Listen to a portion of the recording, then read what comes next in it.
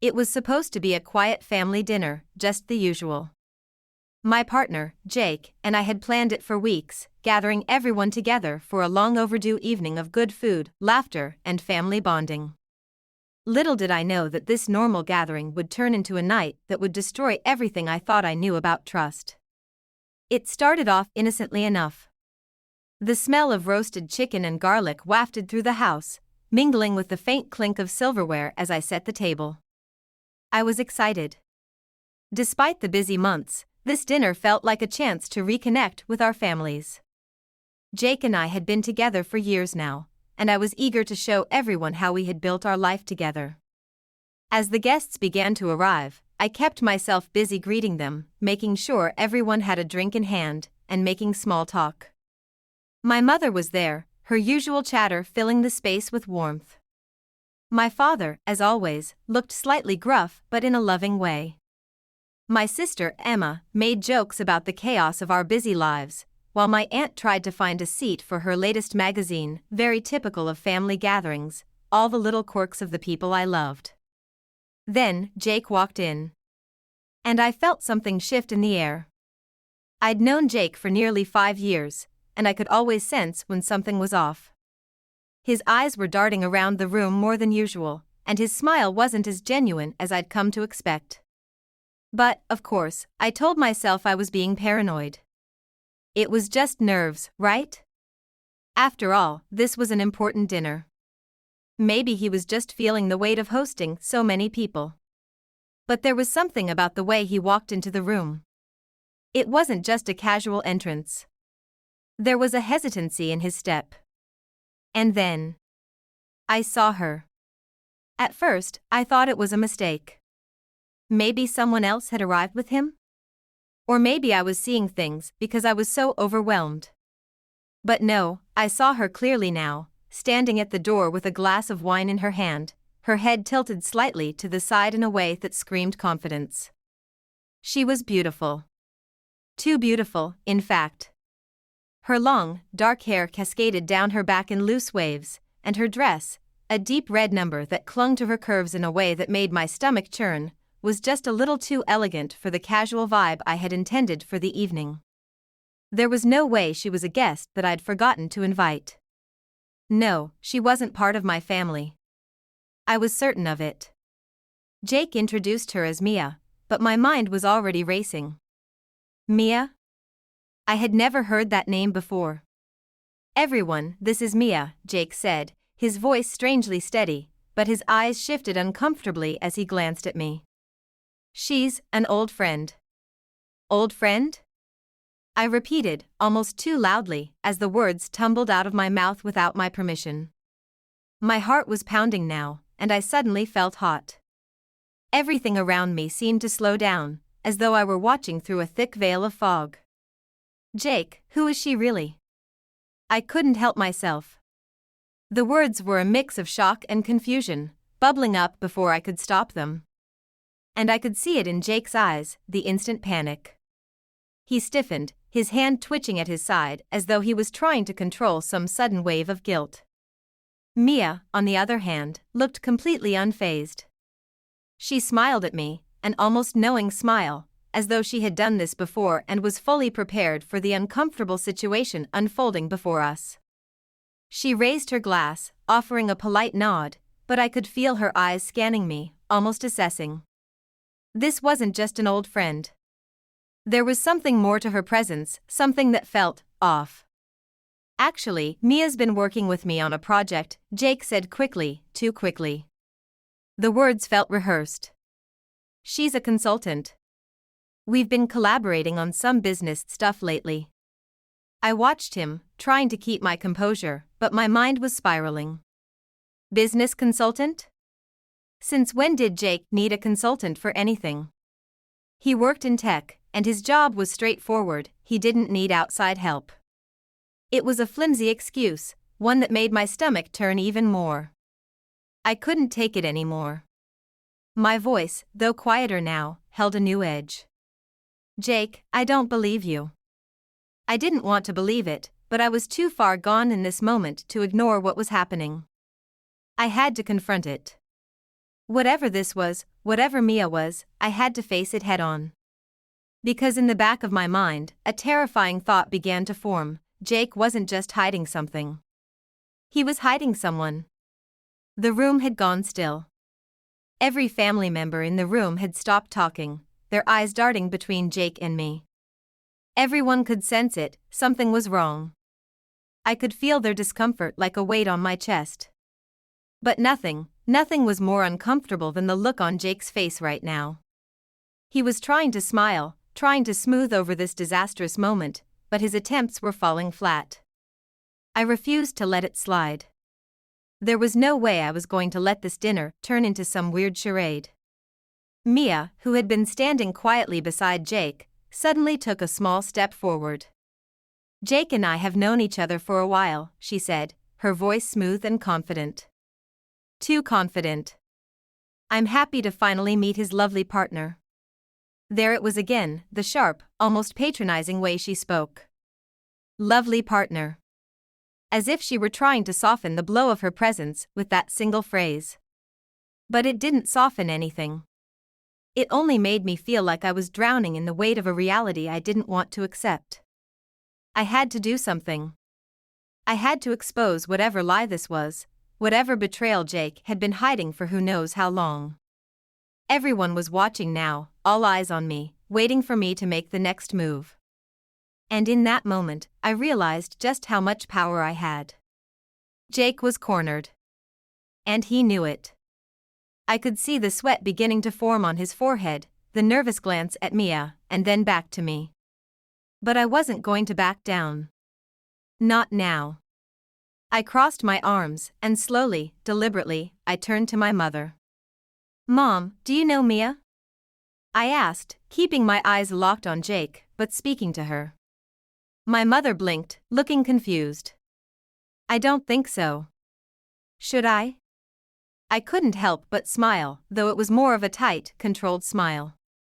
"No, you wouldn't. Because Mia isn't a business consultant, and she isn't an old friend of Jake's." The words hung in the air, heavy with accusation. Jake's eyes widened. His mouth opened to speak, but no sound came out. He looked caught in the act, like a deer in headlights. My heart raced as I continued. "Mia is Jake's lover," I declared, my voice sharp and cutting through the tension in the room. "They've been seeing each other for months, behind my back." The silence that followed was deafening. You could have heard a pin drop. Jake's face turned white, and for the first time, I saw something resembling genuine fear in his eyes. He was speechless, utterly speechless. I could see the shame spread across his face, but it didn't matter. Not anymore. Mia, on the other hand, wasn't flustered. She didn't even blink. Instead, she simply tilted her head slightly and gave a small, knowing smile. "Isn't it time, Jake?" she said, her voice almost sweet in its quietness. "Don't you think it's time for the truth to come out?" In that moment, it felt like the entire world had shifted beneath my feet. The truth was out in the open, the facade that Jake had so carefully constructed had crumbled before my eyes, and all I could feel was a strange mix of anger and relief. The tension in the room was thick, and I could feel the eyes of my family burning into me. My heart was racing, but I felt a strange clarity, a sense of control I hadn't had before. Jake was still silent, unable to find the words to explain himself. But I didn't need an explanation. What I needed now was a way to move on from this night. A way to reclaim my dignity, my worth, and my life. I turned to the rest of the room, my voice steady, unwavering. "I'm done. I've had enough. Jake, you can keep your secrets, but I don't have to stand here and take this any longer." And with that, I walked out, leaving behind the shattered pieces of a life I thought was real, a life that was now nothing more than a lie. The moment I stepped out the front door, the cool air hit me like a slap in the face. It was a welcome relief from the suffocating atmosphere inside the house, where the sounds of hushed whispers and awkward stares still lingered. I didn't care. All I wanted was to escape, to clear my head, to regain a semblance of control over my life. I walked aimlessly down the street, my mind spinning with the chaos of the evening. My heart was pounding, but it wasn't the hurt that was making my pulse race, it was the adrenaline of finally confronting the truth. For months, I had felt something was wrong. For months, I had been questioning the odd behavior, the late nights, the mysterious text messages. But I never wanted to believe it, never wanted to acknowledge the gnawing suspicion that my partner, the man I loved, had been lying to me. But now it was undeniable. Jake had an affair. He had been hiding it from me for who knows how long. The realization settled heavily in my chest, and for a moment, I felt a sharp pang of sorrow. I thought of the years we had spent together, the promises we made, the life we built. All of it was a lie. I could feel my hands trembling as I reached into my bag for my phone. I needed to call someone, to talk it through, to make sense of the whirlwind that had become my life in the span of a few hours. My best friend, Natalie, was the first person I thought of. She was the one person who always had the right words, the person who could cut through the emotional fog and help me see the situation clearly. I dialed her number, holding the phone to my ear as it rang. When she answered, I didn't even try to hold back the tears. I was done pretending to be okay. "Nat, it's over," I said, my voice shaky. "Jake, he's been having an affair. With her, Mia. 4 months. I exposed it at the dinner." There was a long pause on the other end of the line. Then, Natalie's voice, soft and comforting, came through. "Oh, babe. I'm so sorry. I had no idea. But I'm proud of you. You did what you had to do. You confronted him. I can't imagine how hard that must have been, but you took control. You took your power back." I let out a shaky breath, feeling the weight of her words settle in. I had to. I couldn't let him keep lying to me, keep living this double life. But now, I feel like everything I thought I knew is gone. It's all a lie. "I know," Natalie said gently. "I know. But listen to me, okay? You're stronger than you think. You are not defined by this. You don't need Jake, and you don't need Mia. They're both trying to pull you into their mess, but you don't have to stay there. You're better than that." Her words were a lifeline in the storm that was crashing inside my mind. It was hard to believe in that strength right now, but I knew deep down she was right. I had just taken the first step toward reclaiming my life, toward finding the clarity I so desperately needed. "I'm coming over," Natalie continued. "Just hang tight, okay? I'll be there soon." I ended the call and leaned against a tree, feeling the coolness of the bark against my back as I stared out at the dark street ahead. It was strange, being outside felt surreal, like I had just stepped out of a bad dream. But the sting in my chest reminded me it was all too real. I thought about Jake, about the look on his face when I confronted him. It was a mix of guilt, shock, and, strangely, relief. For a brief moment, I thought he might confess, might beg me for forgiveness. But instead, he stood there, silent. He didn't defend himself. He didn't even try to explain. And Mia? She stood next to him with an air of superiority, like she had already won. What did they think would happen? Did they think they could keep this hidden forever? Did they think I would just accept it, keep quiet, and pretend nothing was wrong? They were wrong. I wasn't going to be the victim in their twisted game. And yet, as angry as I was, a part of me couldn't help but feel something else too. It wasn't just betrayal, it was grief. I was grieving the future I had imagined with Jake, the future we had planned. It was gone now, shattered in an instant, replaced by the jagged edges of the truth. By the time Natalie arrived, I was standing outside my house, staring at the front door, unsure of what to do next. She parked in front of my house and rushed over to me, pulling me into a tight hug.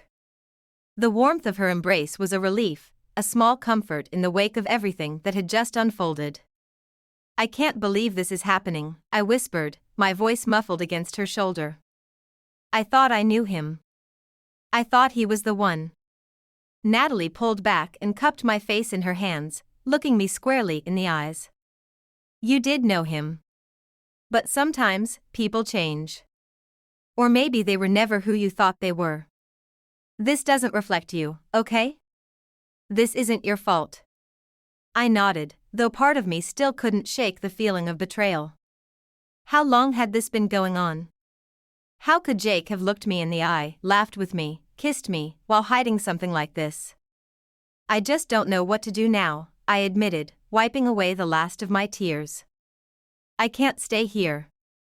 But I don't know where to go. I'm not going to let you face this alone, Natalie said, her voice unwavering. You can crash at my place.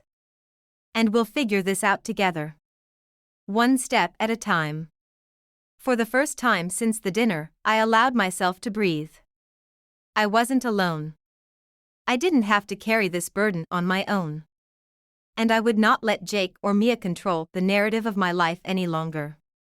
The next few days passed in a haze of confusion and pain, but with Natalie by my side, I started to see things more clearly. I couldn't undo what had happened, but I could choose how to move forward. I could choose to rebuild, to take back my power and not let the affair define me. Jake didn't contact me, at least not immediately. I didn't know if that was his attempt to give me space or if he was too ashamed to face me. Either way, I didn't care. I was done with him, at least for now.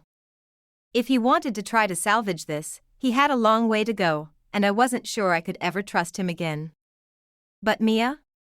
I didn't know how to deal with her yet. She had been so calm during the confrontation, almost like she knew everything would unfold the way it did. It made me wonder how long she had been part of Jake's life, how deep their connection really went. Was it just an affair, or was there something more sinister at play? I wasn't ready to confront her, not yet. But I knew one thing for sure, I wouldn't let her walk away unscathed. If she thought she had one, she had another thing coming. Because I wasn't done yet. Not by a long shot. The truth was out, but the fight for my dignity, my self-worth, was just beginning. The days that followed were a blur of emotions. There was the initial shock, followed by a wave of anger and betrayal that made me feel like I was constantly on the verge of exploding. I'd called in sick to work and spent most of my time in a daze at Natalie's apartment, staring at the walls as if somehow they could offer me the answers I needed. But they never did. Jake hadn't contacted me. Not once. The silence was deafening. I couldn't decide whether that was a good thing or not. On one hand, I was grateful for the space. It allowed me to breathe, to think, to figure out what the hell I was going to do next. But on the other hand, I wanted answers. I wanted him to face the mess he'd made, to acknowledge the pain he'd caused, to explain himself. I needed closure. And right now, I was drowning in a sea of questions. But even in the midst of my emotional chaos, something inside me began to harden. Jake had made his choice. And though I wasn't quite ready to say goodbye, I knew the path forward could no longer include him, at least, not as the person I once thought he was. He had betrayed me. The man I had trusted, loved, and shared my life with had chosen someone else. Mia. I still couldn't get over her, how calm and confident she had been at the dinner. It felt like she was waiting for the explosion. As if she had known the whole time that it was only a matter of time before the truth came out. The way she had just stood there, coolly sipping her wine, not a hint of guilt on her face, it made my blood boil. But more than that, it made me want to understand. Who was she, really? And why was Jake so easily entangled with her? Was it just physical? Or was there something deeper, something that went beyond the surface of their affair? I couldn't stop the questions from flooding my mind. I wanted answers. One evening, as I sat in the kitchen, scrolling through my phone absent-mindedly, my heart skipped a beat when I saw a message from an unknown number. I almost didn't open it, but something compelled me to. The message was short, but it sent a chill down my spine. We need to talk. It's about Jake. I didn't recognize the number, but I knew instantly who it was. Mia. For a moment, I just stared at the screen. I felt a mix of dread and curiosity. Why was she reaching out to me now? After everything that had happened at the dinner, why would she want to have a conversation? What could she possibly say that would make any of this better? But part of me, the part that was still holding on to hope for some kind of closure, hope for some kind of explanation, wanted to hear what she had to say. I wanted to understand her side of things, even though I didn't owe her any of my time or energy. I took a deep breath, my hands trembling slightly, and responded. What do you want? The response came quickly, as though she had been waiting for me to reply. Meet me tomorrow. I'm not doing this over text. There's more you need to know. It felt like a trap. I knew it did. But in that moment, a part of me needed to know. Needed to know what she had to say for herself. Needed to know why my life had been turned upside down because of her and Jake's betrayal. The next day, I found myself sitting in a small cafe on the outskirts of town, the soft hum of conversation and clinking cups barely registering in my mind. I wasn't sure what I was expecting when I agreed to meet her. I thought maybe she would show some remorse, maybe try to justify her actions, or even apologize. But deep down, I knew I wasn't prepared for what was coming. And then, she walked in. Mia was dressed in a sleek black coat, her makeup flawless, her hair perfectly styled, as always. She looked like she belonged in a magazine, effortlessly beautiful, composed, and confident. I couldn't help but feel a pang of bitterness as I watched her approach. She was everything I wasn't in that moment, calm, collected, untouched by the chaos she had caused. She sat down across from me without a word, her eyes scanning my face as though she were trying to gauge my reaction. I'm surprised you agreed to meet, she said finally, her voice soft but steady. I wasn't sure if you would show up. I didn't say anything. I just stared at her, feeling the anger rise inside me again. Do you think I'm here for some kind of apology? I asked coldly. Because I don't need it from you. Nothing you say will make what you did okay.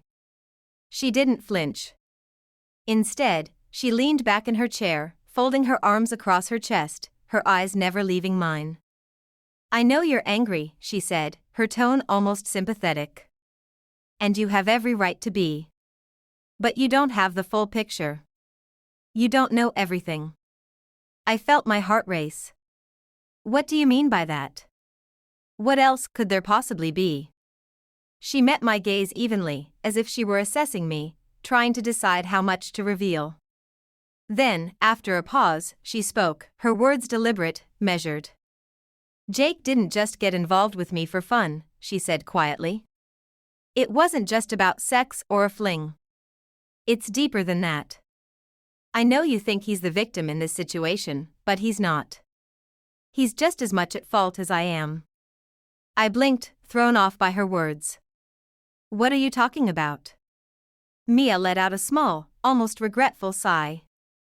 Jake has been unhappy for a long time. You didn't see it, but I did. He was suffocating in his own life with you. There was no passion, no spark. He needed something different. That's why we started this. I swallowed hard, trying to process what she was saying. She was telling me that Jake wasn't just cheating for the thrill of it, he was cheating because he felt something was missing in our relationship? Was that supposed to make this all better? I leaned forward, my fists clenched on the table. So, you're telling me that you took advantage of his weakness? You saw him as an opportunity to fulfill whatever fantasies you think he was missing? Mia didn't flinch, but the hint of something softer, maybe guilt or even sadness, passed over her features. I didn't take advantage of him. I didn't manipulate him. He came to me because he needed someone who could give him what he wasn't getting. And I gave it to him. But I didn't expect things to go this far. And I never wanted you to find out like this. This wasn't my plan. I didn't know what to feel anymore. Part of me wanted to shout at her, to tell her how wrong she was, how much pain she had caused. But another part of me couldn't help but listen, to wonder if there was any truth to what she was saying. Maybe there was more to this than I'd thought. Maybe Jake had been unhappy for longer than I realized. But then another part of me, the part that had fought so hard to protect myself from the heartbreak, said enough. I didn't care. This wasn't about her or him anymore. This was about me, my worth, my future. You've said your piece, I said, my voice steady but firm. But I don't need your justification. You both betrayed me. And no amount of reasoning will change that. Mia didn't argue. She just nodded, as if she understood something I didn't. She stood up to leave, but before she walked away, she turned back to me one last time. I think you should talk to Jake, she said quietly. I think he still loves you. But if you want to move on, I think you should let him go. Completely.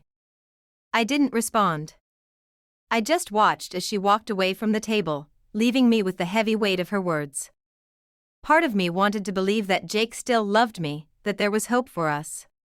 But deep down, I knew. The damage had already been done. And I was done with both of them. I didn't sleep much that night. Mia's words kept echoing in my mind. I think you should talk to Jake. I think he still loves you. I hated how she made it sound so simple, as though everything could be fixed with a conversation. But it wasn't that simple, was it? How could it be after everything that had happened? She was right about one thing, though. I needed to talk to Jake. I needed to hear it from him. I couldn't keep running from the inevitable conversation.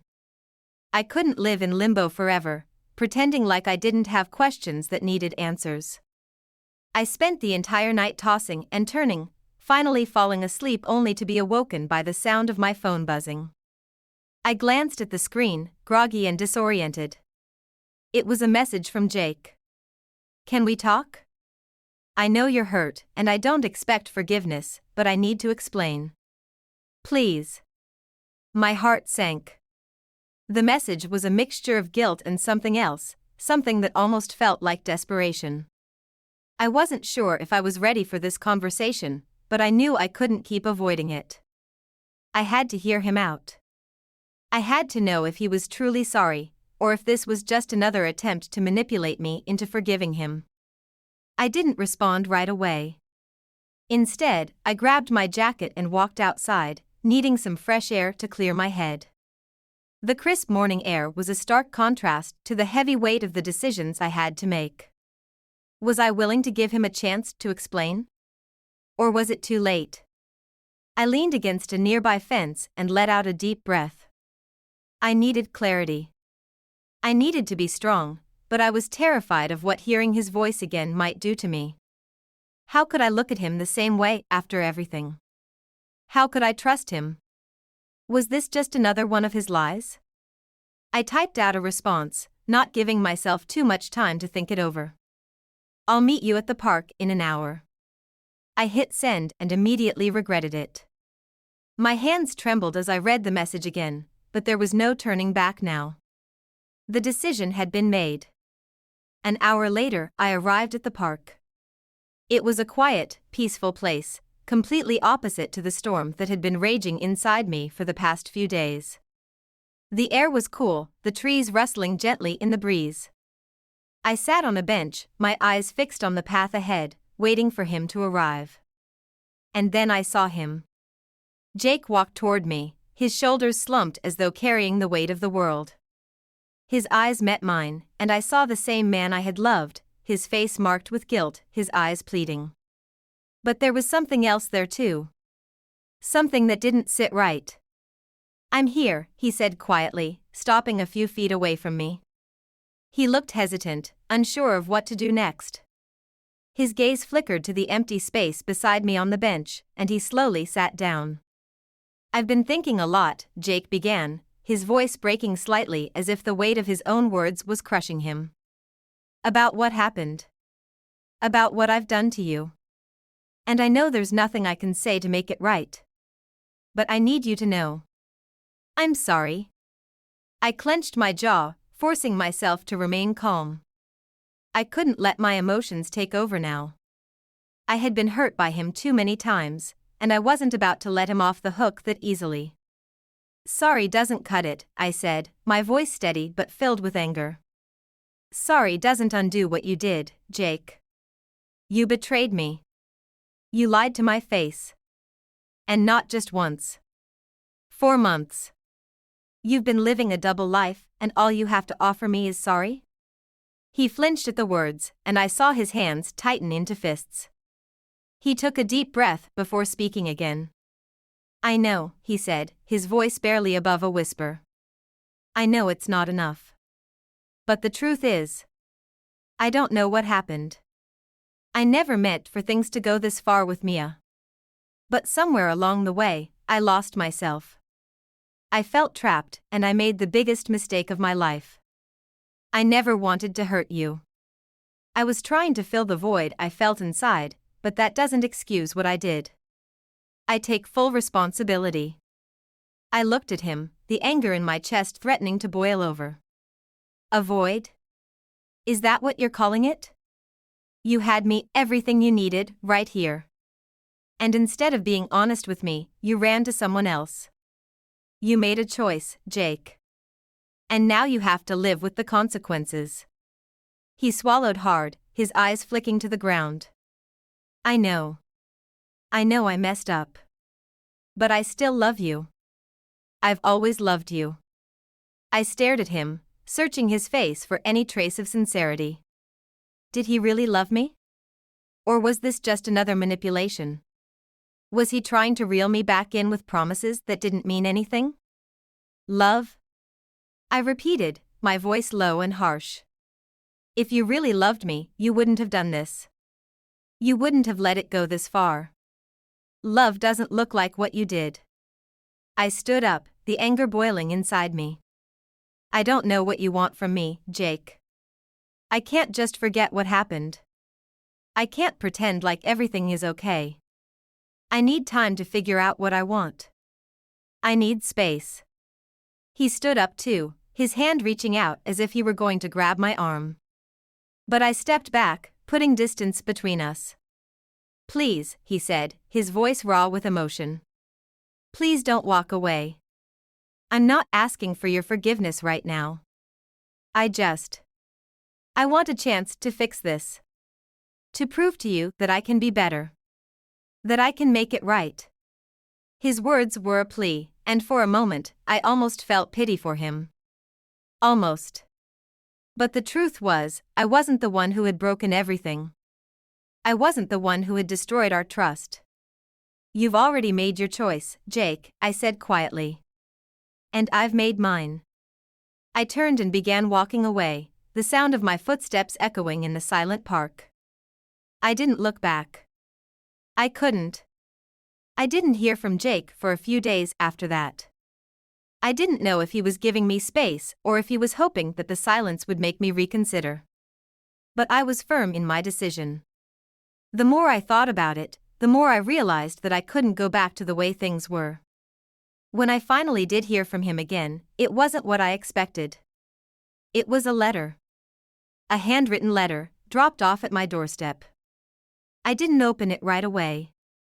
Instead, I left it there for a while, almost afraid to face what was inside. But eventually, curiosity got the best of me. I opened the envelope, and as I read his words, a wave of conflicting emotions crashed over me. He poured his heart out, telling me how much he regretted what he had done, how sorry he was, how he would do anything to make things right. But there was one sentence that stuck with me.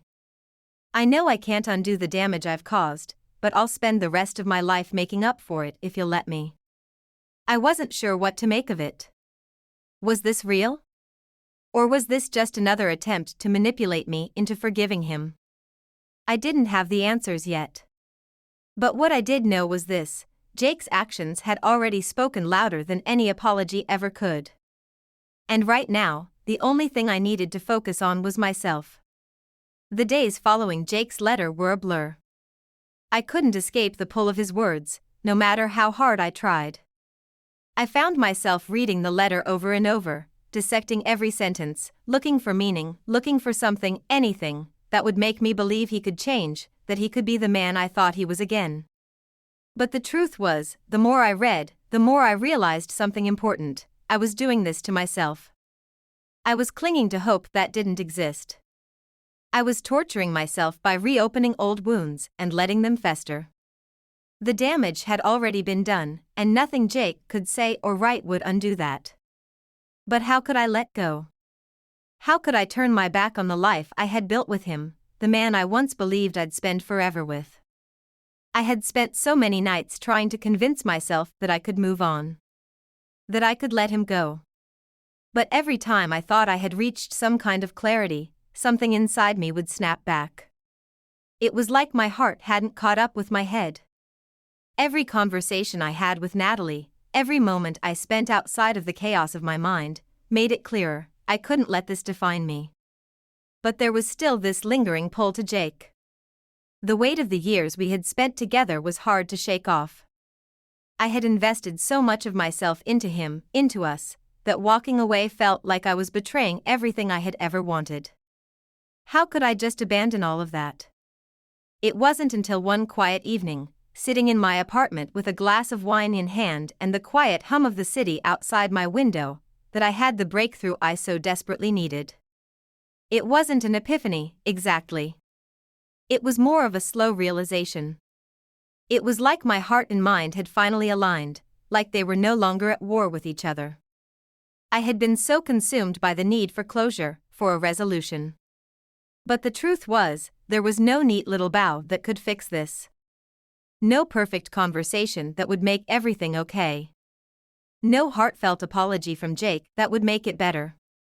The closure I was looking for wasn't something Jake could give me, it had to come from within me. That was the moment when everything shifted. The realization hit me like a bolt of lightning. I needed to close the door on him, not because of what he had done, but because of what I needed for myself. The hurt, the betrayal, the unanswered questions, they were all part of the process. But the real truth I had been avoiding was this: I couldn't wait for him to fix it. I had to fix it for myself. The next morning, I finally made the decision. I was going to do something I never thought I could do. I was going to return Jake's things.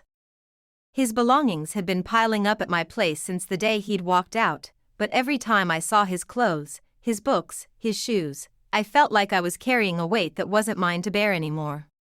His stuff was just a reminder of what we had and what we'd lost. I had been holding on to it, hoping that it would somehow bring him back or bring me some sense of comfort. But today, I was done. I grabbed a box from the closet and began packing his things.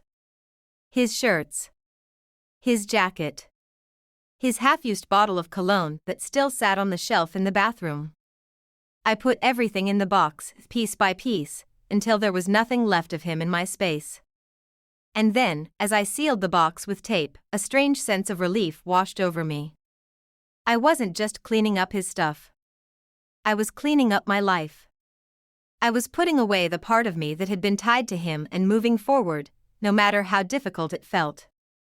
But even as I stood there, holding the box that contained all of Jake's remnants in my hands, a part of me still hesitated. What if I was making a mistake? What if this wasn't the right time?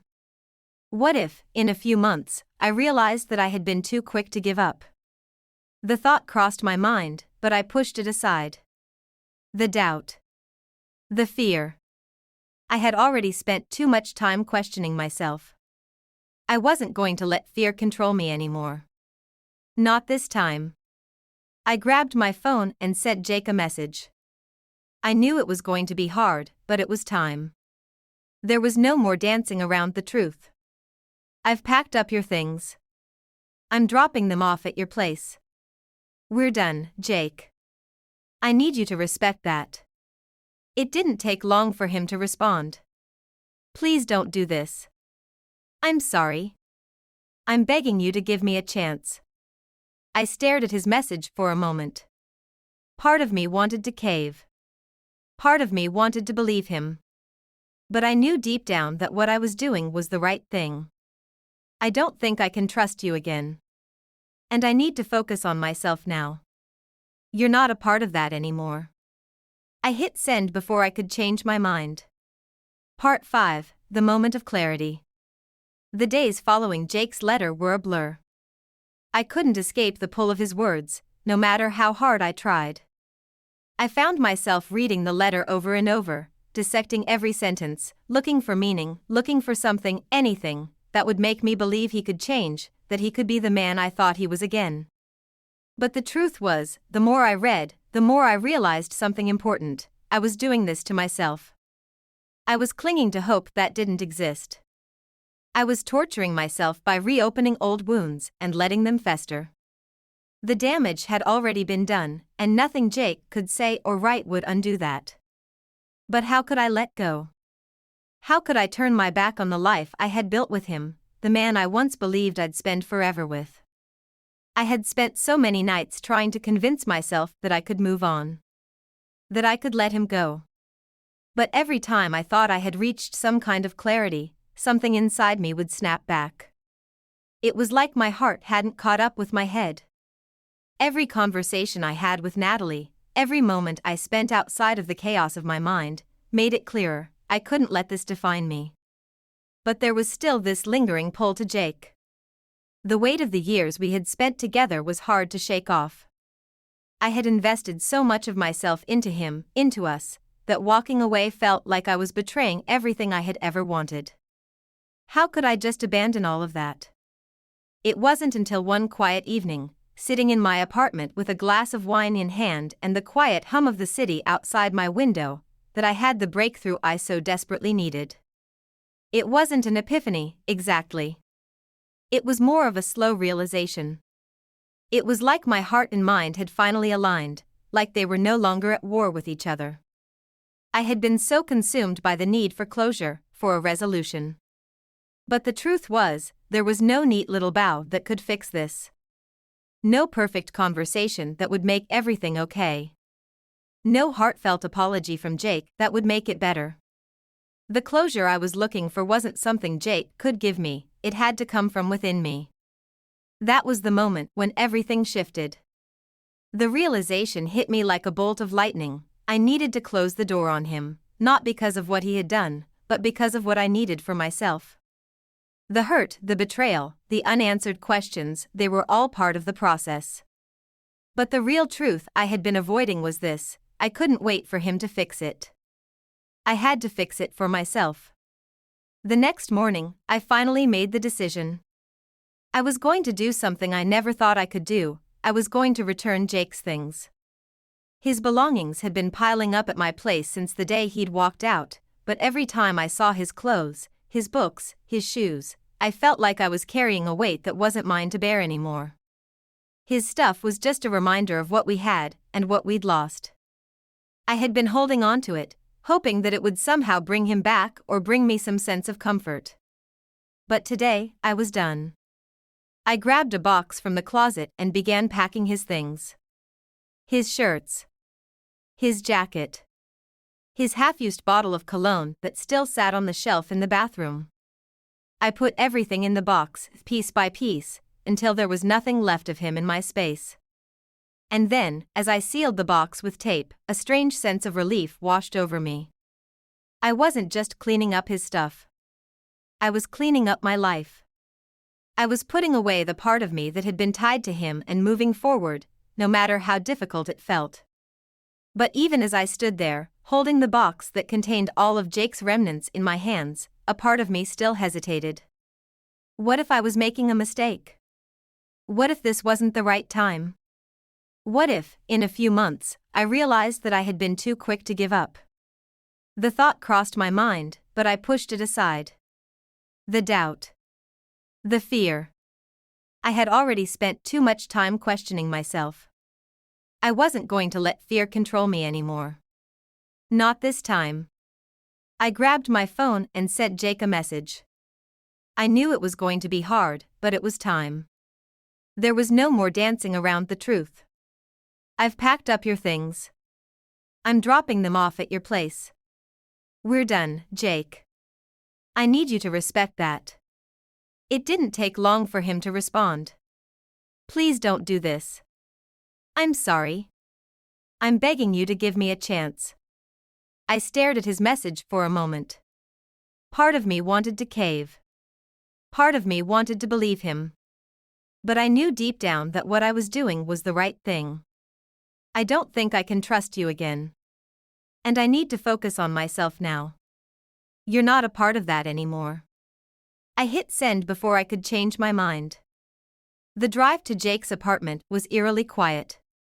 I found myself gripping the steering wheel tighter than I needed to, trying to push the thoughts that kept popping up out of my mind. Was I doing the right thing? Was I being too harsh? What if I was wrong? But as I pulled up to his building and saw his car parked in the lot, something in me shifted again. The doubts melted away. This wasn't about him. This was about me. I took a deep breath and grabbed the box of his belongings from the passenger seat. My heart was pounding, but I stood tall as I walked to his front door. I could feel the weight of the moment pressing down on me with every step. Jake opened the door after I knocked. His face was full of emotion, but it was also full of expectation. Like he thought I might just fall into his arms and take it all back. But I didn't. I brought your things, I said, holding out the box. I'm done, Jake. I can't keep doing this. You need to move on. And so do I. He stared at me for a long moment, as if trying to read me. His eyes were filled with hurt, but I wasn't swayed by it anymore. His actions had already spoken louder than any apology ever could. I don't want this to be over, he said, his voice cracking. I shook my head slowly.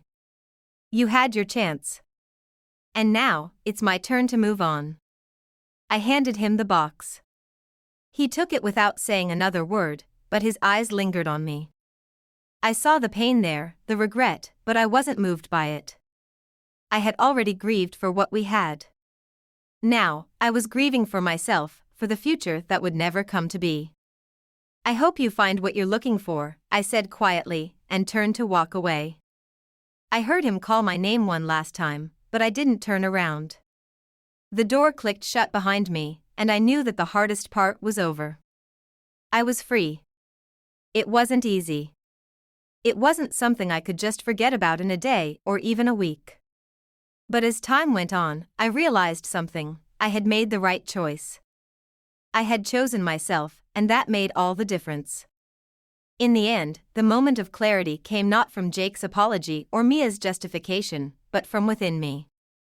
It came when I realized that I didn't need their approval. I didn't need their forgiveness. I needed to let go and trust that I could rebuild my life, step by step, on my own terms. And that was a lesson I would never forget. It was several weeks after I dropped off Jake's things that I began to truly feel the weight of the decision I had made. I had expected to feel regret. I had anticipated moments of doubt, wondering if I had made the right choice, questioning whether I could have done things differently. But instead, something remarkable happened. The silence. The stillness in my life that had once felt so oppressive began to feel peaceful. For the first time in a long time, I felt like I was in control. The noise, the constant emotional chaos, was gone. The endless cycle of waiting for Jake to make up his mind, to choose me, to fix what he had broken, was finally over. I was no longer waiting for someone else to validate my worth. I was doing that for myself.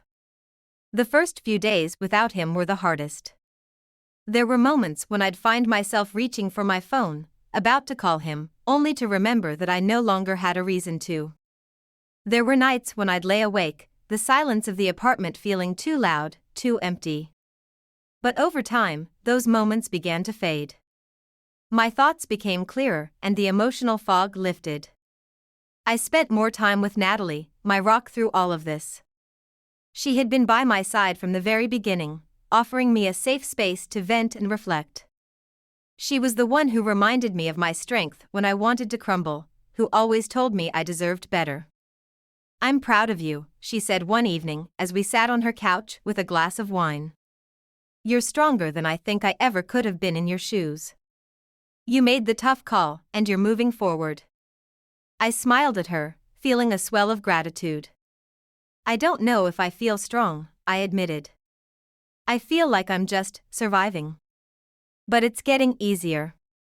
And it was. Slowly but surely, it was getting easier. I started going out more. I reconnected with friends I hadn't seen in months, the ones I had lost touch with because I had been so consumed by Jake and the relationship. I picked up old hobbies I had abandoned, reading, painting, hiking, and began to fill my life with the things that had once brought me joy. I wasn't trying to replace Jake or erase what we had, but I was learning to find happiness without needing him to be a part of it. One afternoon, I went to a local cafe I loved, not to escape or forget, but simply because I enjoyed it. As I sat there with a cup of coffee, I noticed a man across the room glancing at me. His gaze lingered for a moment, but I quickly looked away, not thinking much of it. I wasn't ready for anything new, and I wasn't looking for a distraction. But when I got up to leave, he stood up too, walking toward me. I froze for a second, but then he smiled. "Excuse me," he said. "I hope this doesn't sound forward, but I couldn't help but notice you seem like someone who has their life in order." I laughed nervously, unsure how to respond. "I'm just trying to get back on track," I said, offering a polite smile. He smiled back, clearly sensing the hesitation. "Well, I don't mean to interrupt your day, but if you're ever interested in grabbing a coffee sometime, I'd love to continue this conversation." My heart didn't race. I didn't feel that old flutter of excitement. Instead, there was a calm certainty. I wasn't interested in rushing into anything or seeking validation from anyone else. But I could appreciate the moment, the small reminder that I was still seen, still desirable, even outside of the confines of my past relationship. "I appreciate the offer," I said, my voice warm but firm. "But I'm focusing on myself right now. Maybe another time." He nodded, understanding, and with a kind smile, he walked away. I didn't feel bad about it. In fact, I felt proud. For the first time in ages, I wasn't relying on someone else for my happiness. I wasn't depending on anyone to fill the void. I was filling it myself. A few more weeks passed, and Jake's presence in my life became a distant memory. I hadn't heard from him since the day I'd left his belongings at his door. At first, I had worried that he might try to reach out again, but that never happened. And as time went on, I realized that was okay. I didn't need closure from him anymore. I had closed that chapter on my own, in my own time. And then, one day, my phone rang. I wasn't expecting it, but when I saw Jake's name on the screen, I didn't hesitate to answer. "Hey," I said, my voice calm but guarded. "What's up?" There was a long pause before he spoke, and when he did, his voice was quiet, almost unsure. "I just wanted to say, I get it. I understand now. What I did, it was wrong. And I hurt you. I hurt you more than I'll ever be able to fix. I don't expect you to forgive me, and I don't expect you to want anything to do with me. But I needed to say it. I needed to say I'm sorry. For everything." His words, though filled with regret, didn't stir the familiar ache in my chest anymore. I felt no rush to say anything to him in return. I didn't need to. "Jake," I began slowly, "I appreciate that you're sorry. But I don't need you to fix this anymore. I've already fixed it for myself." There was a moment of silence on the other end, and I could hear him exhale, as if a weight had been lifted from his chest. "I don't blame you," he finally said. "I just wanted you to know. I will always care about you." "I know," I said, my voice soft but resolute. "But I need to keep moving forward." We said our goodbyes, and when I hung up the phone, I realized that it was the first time in months I had felt truly at peace. I didn't need Jake's apologies. I didn't need him to validate my worth. I had done the hard work myself. I had found my strength. And that was enough. It wasn't an easy journey. Letting go of someone you thought you'd spend forever with is never easy. But the truth is, Jake had shown me something important. He wasn't the answer to my happiness. I was. And once I realized that, once I took full responsibility for my own life and my own healing, everything started to fall into place. I was no longer defined by my past, by the mistakes of the people I loved. I was building a future that was mine, one where I made the choices, one where I didn't need anyone else to dictate my happiness. In time, I would meet someone new, but only when I was truly ready. I wasn't going to rush into another relationship out of fear or loneliness. Instead, I was going to live for myself first. I was going to embrace the freedom I had fought so hard to reclaim. And maybe, just maybe, that's when I would be ready to open my heart again. But for now, I was enough. And that was all that mattered. The final lesson I took from this experience was that you don't have to wait for someone else to give you closure. Sometimes, the most important thing you can do for yourself is to let go and trust that you'll find your way, no matter how long it takes. And when you finally do, you'll realize that you are stronger, more capable, and more deserving of love than you ever thought possible. And that, above all else, is what truly sets you free.